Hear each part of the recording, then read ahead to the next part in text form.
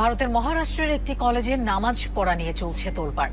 ফাঁকা ক্লাসরুমে নামাজ পড়ায় কানে ধরিয়ে রাখা হয় মুসলিম শিক্ষার্থীদের। গেল বৃহস্পতিবার রাজ্যের কল্যাণ শহরের আইডিয়াল কলেজে এমন ঘটনা ঘটে। নামাজ পড়ায় উগ্র হিন্দুত্ববাদী গোষ্ঠী ভিএইচপি এবং বজরং দলের কর্মীদের ব্যাপক রোষের মুখে পড়েন ওই শিক্ষার্থীরা। পরে কলেজ কর্তৃপক্ষের কাছে ক্ষমা চাইতে বাধ্য হয় শিক্ষার্থীরা। মহারাষ্ট্রের আইডিয়াল কলেজের ফার্মেসি বিভাগের শিক্ষার্থীদের নামাজ আদায়ের এই ভিডিও সম্প্রতি ভাইরাল হয় সামাজিক মাধ্যমে। কারো কাজে বাধা সৃষ্টি না করেই ফাঁকা একটি ক্লাসরুমে নামাজ পড়ছিলেন তারা। শিক্ষার্থীদের নামাজের ওই ভিডিও নিয়ে তোলপাড় শুরু করে উগ্র হিন্দুত্ববাদী বিভিন্ন সংগঠন।